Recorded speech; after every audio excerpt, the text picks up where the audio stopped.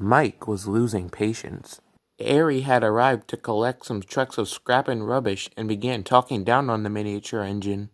Bert had just arrived with some ballast trucks. He heard arguing, but once he saw Ari and Mike, he instantly put two and two together.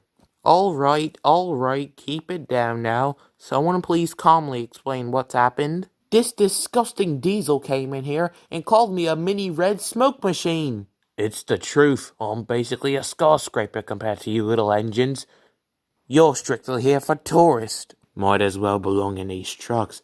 I'll take you to a place where you're worth much more than this dinky railway.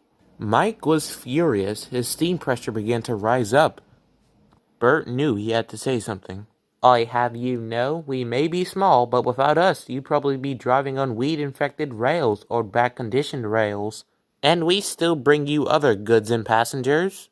Oh, that's nothing compared to what I do. You're more likely to break down with one load, while I could carry on with a broken wheel.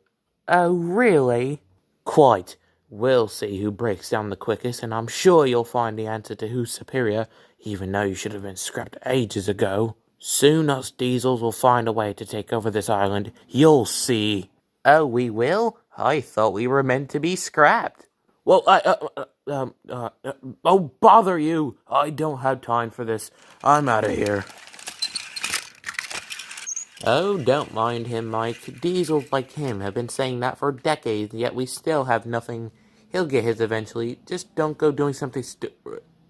Mike? Where'd he go? That diabolical Diesel, thinking I don't know what real work is? I'll show him, Mike grumbled fiercely. He rushed down the line as fast as he could, wobbling and shaking. What he didn't realize was that because he was so angry earlier, he'd actually loosened his safety valve when his steam pressure went up. His driver, who was in the station at the time, hadn't known this. They soon reached an incline. Mike huffed forcefully over it. Whoa, don't overdo it, Mike, warned the driver. You could damage something.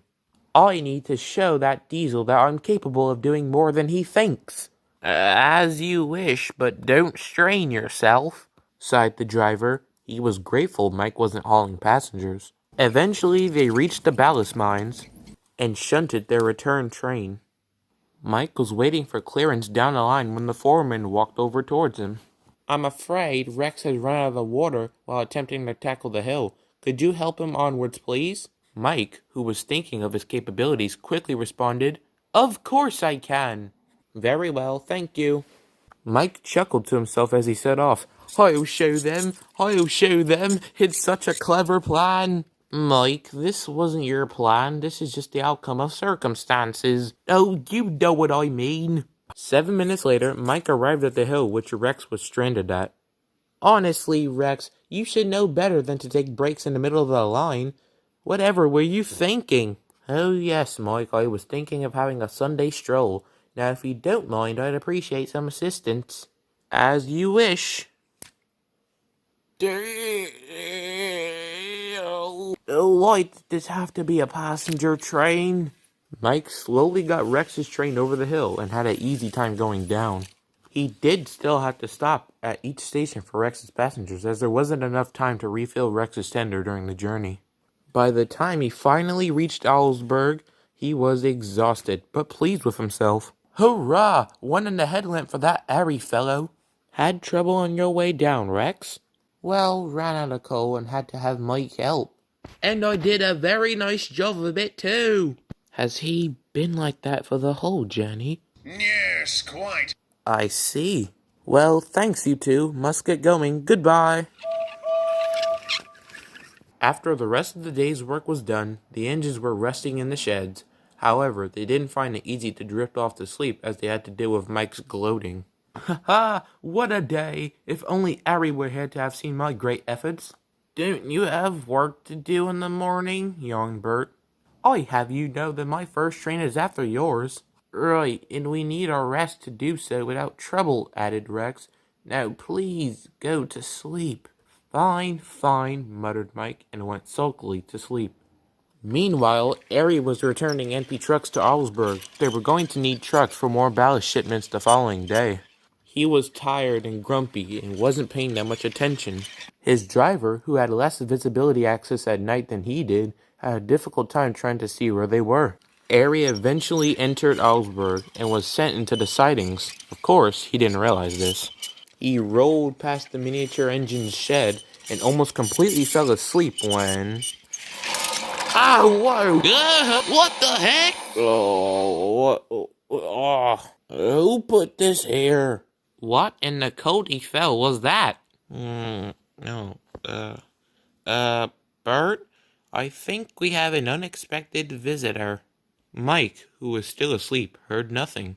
He was a heavy sleeper, obviously. Well, there's a surprise. The next morning, as more could be seen, Ari's driver pieced together what happened. Must have been switched onto the wrong line without knowing, and hit these trucks.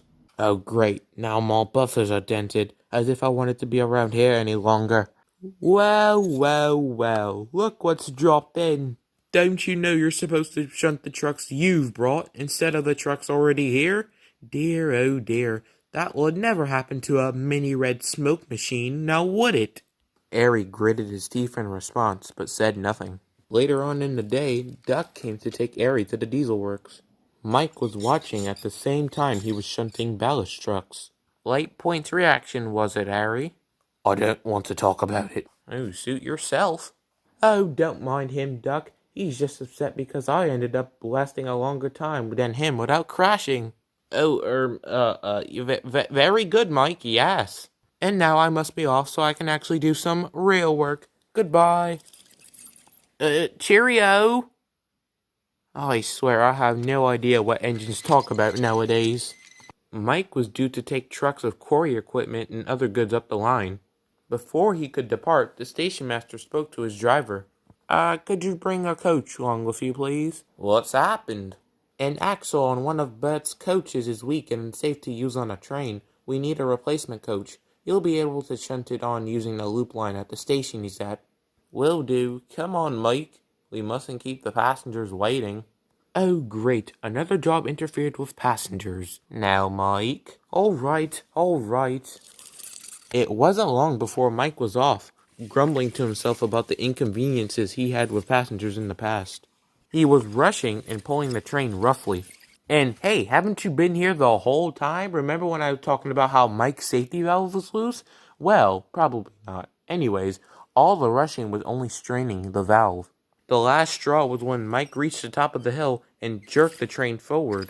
With a clank, his tender coupling broke, and his driver instantly screwed on the brakes before jumping clear. Mike had rolled halfway down the hill before stopping, while his tender and the train had still been reaching the top of the hill and were starting to go down it. Oh great, this is worse than the time Whiff pretended that I was a clone. And here is your new clone.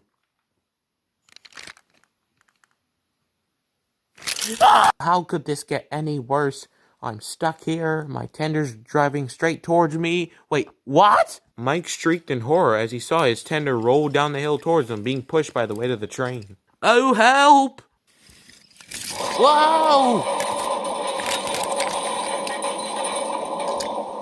It was a terrible mess.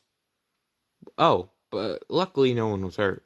Rex was called in to take trucks that didn't fall off the rails. I don't know what you call real work, but I'm pretty sure it doesn't involve getting into messes like this. Mike could only sigh. He knew his boasting and cockiness had gotten the better of him and resulted in a great mess. Eventually, Rex came to help him back onto the rails and took him home. Sir Topham Hatt, who was covering for Mr. Fergus Duncan, who was on holiday, was waiting for them when they arrived. Well, Mike, looks like something got the better of you again. I know, sir. I'm sorry, sir. Now you'll have to go in the workshops for a little bit, and Rex and Bert will have to run the line themselves. I have heard what Ari said about you engines being unnecessary, and I've already spoken with him. But you need to learn to not let others get under your paintwork. Well, I'm assuming you've learned your lesson. To the workshop you go. Good day. Well, looks like we'll be handling the workload for a bit. Oh, it shouldn't be a problem at all. If Mike can work wonders around the railway in one day, think of what the two of us can do. Haha, maybe we'll figure out what real work really is. Ha ha ho! Oh, give it a rest, won't you? Since this, Mike has kept a regular profile and doesn't ever mention real work now.